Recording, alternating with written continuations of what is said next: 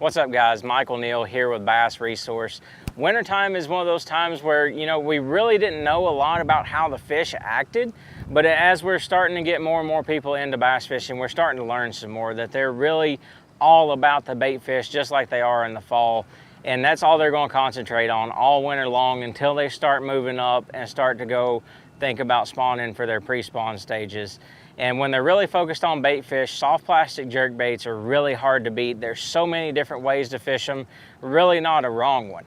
But to me, one of the best ones that we've got now, especially with forward-facing sonar and live scope, is really just a jig head minnow. So this is really just as simple as it gets. Fluke style or soft plastic jerk baits have been around for years and years, and just traditional lead heads, as people used to call them, or jig heads have as well. But it's really emerged in the last several years as a wintertime bait. And this is a 4-inch Sensation Slim Minnow and a big bite swimmer head. This is a 3/16. Typically in the wintertime, those fish are going to start being a little bit deeper, down into that 10 to 20 foot range in a lot of places. You're super clear impoundments, even down in that 50 to 75 foot range. So your weight is really going to vary depending on how deep you're trying to fish. But the one thing I will say about that is the lightest that you can get away with, the better off you're going to be. So if you're fishing super deep, you're not going to be able to wait on an 1/8 or a 3/16 to get down there. You're going to have to go up to a 1/4, 3/8 or half, something like that. But if the fish are not swimming very fast, just make sure you're going as light as you can and trying to hit them, because when they're really lethargic in the wintertime, they're cold-blooded, they're not going to be moving around very fast. You've got to keep this bait moving as slow as you can and keep it above them. That's the rule number one, is never let this thing break their line of sight. If you think about it, a bass, his eyes are more up towards the top of his head, so he's always looking upward to some degree. If you let this bait get down below him, he's not going to be near as interested, and in that cold water, he's more than likely not going to chase it down. Number one key to this is a loop knot. It's going to give the bait way more action than anything that's tied directly to the hook, and that's a really big deal. When you're doing this, it's not going to have the action just reeling it like a swim bait would with a paddle tail. It's just going to have a very gentle rocking side to side that's just going to be imparted with your rod tip. And that's all because of this loop knot. If you tie it directly to it, it's not going to be able to swing side to side. That's why I like this Sensation Slim Minnow. It's got flatter sides on it, so it's going to allow the bait to have that natural rocking shimmy action, much like a dying shad would have in those cold, frigid water temperatures. So with this really reminded me of another technique when this jig head minnow came out that really originated from East Tennessee, where I grew up, and it's called tight lining. And basically fishing a jig head minnow is tight lining, and tight lining for crappie, the same thing, except they did it up on the smallmouthy type lakes, your Cherokees, Douglases, Wataugas, Boone, South Holston, all up in there is where it originated. But you're just going to find your steeper places where bass have been caught all winter long for years and years. Your bluff walls, your points, big chunk rock banks, channel swings, things like that, that have either deep water right up against them or really deep water really close to them. And that's the whole key to the wintertime, is they're going to feel like they have somewhere to escape to go to that deeper water. And with tight lining or the jig head minnow technique, the rod to me is very important. I've always liked longer rods, 7 to 7.5 foot, even in a spinning rod. But the more I've paid attention to trends and the more I've tried playing around with different rods, this is 100% my go-to. It's a Denali Lithium Pro 6'10" medium light finesse rod. And really and truly, you could 100% crappie fish with this rod. It's very similar to the blank of one. When you set the hook, it's going to bend all the way down to this first guide. And to me, that's what does give the bait the action, is this slow, moderate taper of a medium light. If you just take a bait, you could try it for yourself at home, put it on a crappie rod, tie this loop knot, shake it beside the boat, it's going to have a lot of rocking action. You go to a longer, stiffer rod, it's going to have the rocking action when you hit that rhythm just right. But being able to throw the slack to the bait is what's going to give it that perfect action. One other way that's been slept on a lot, especially the last few years, is a float and fly. So you can take this same setup, you want a real lightweight, somewhere in that 1/8 ounce range typically, put a float somewhere between 6 and 10 feet. Sometimes you need a slip float, sometimes just a tip float depending on the depth. But fish those bluff walls, those channel swings, those points. You're going to need a longer rod for that. You're really not trying to put as much action with that float and fly as you're just trying to hover the bait steady in place and let those fish come to it. So that's when I would go with like a 7/6 to an 8-foot spinning rod to really get that long leader out there. But those are 3 great ways. You know, another thing that comes to mind in the wintertime is shad kills.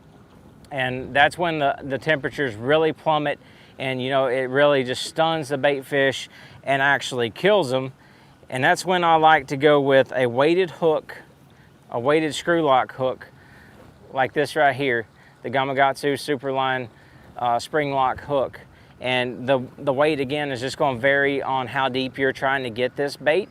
On your clear bodies of water, you're going to want a heavier bait. On your dingier waters, you're going to want a little bit lighter weight.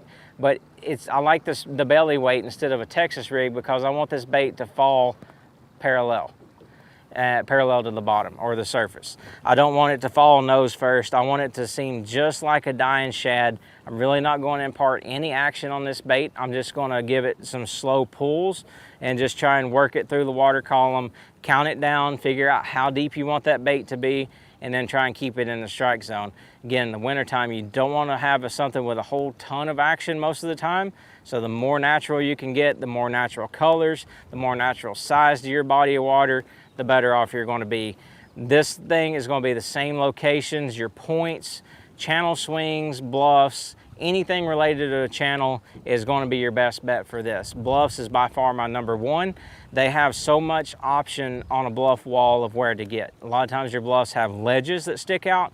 Some of them be 10 feet, some of them be 20, 25, 30, etc.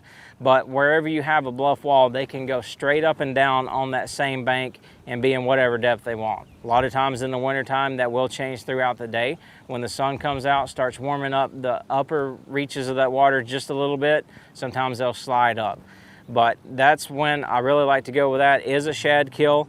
I like a longer rod, just a standard worm setup for this. It's a 7'4" medium heavy lithium pro from Denali. It's my go-to for any kind of worm fishing, Carolina rigging, etc. But to me, this is just like fishing a soft plastic stick bait that's going to be weightless, that you're just trying to throw out there and fish slowly, keep it in that strike zone, keep it looking as natural as possible. For a reel, I'm going to go with a Novus Elite. And I like 16-pound shooter is just a really all-around go-to for anything that's high impact for me. And this is going to be one of those high impact baits where I'm really going to set the hook and drive it home. And last but not least, underspins are a staple for wintertime fishing. And this is the spring lock spinner from Gamakatsu.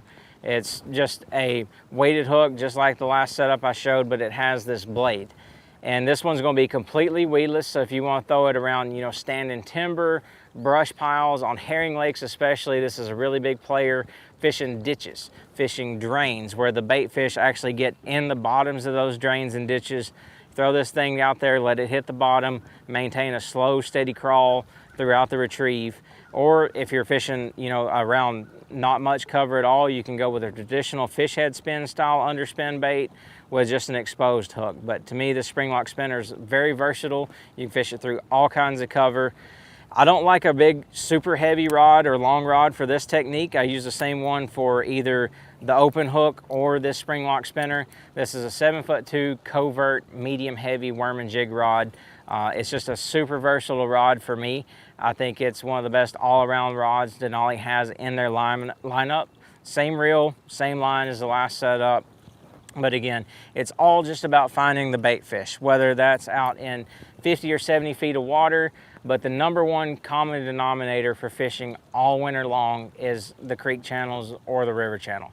Used to, a lot of people kind of stayed away from the actual river channel, but as we're learning more and more with forward-facing technology and better graphs and so forth, we're learning that fish really didn't act the way that we thought they did. They go a lot deeper, they get in a lot bigger schools. We didn't have the technology to be able to get out there and fish for them, but that's a really big deal now. And creek channels and river channels is where all the bait goes and congregates. It doesn't matter if you're fishing a lake like Hartwell or Del Hollow that is, you know, several 100 feet deep in places, and the river channel, the tops of the sides are 100 feet deep and the bottom's 120, 150, they're still going to relate to that natural creek channel or natural river channel. Not sure what it is that keeps them there, if it's some sort of current that still travels that old channel path that it used to, but that is your #1 areas to look. So if you don't have live scope or you don't like live scope, wherever those channel swings up against something, a point, a bluff, or whatever it may be, those are always hot spots. I think the deal with the blades is it kind of mimics a school of bait together. You're not just looking at one bait fish, you're looking at a couple. When these fish are out there in the wintertime, they're not really looking to feed a whole lot. Being cold-blooded, they don't have to eat near as much as they do in the spring, summer, and fall. So when you can mimic a couple of bait fish together, you also up your chances. So make sure you match the hatch, go small when you need to go small, fish slowly, try and mimic that shad kill, and stay around the channels. And hopefully that'll help you catch some wintertime bass on soft plastic jerk baits. Check out BassResource for all your bass fishing needs.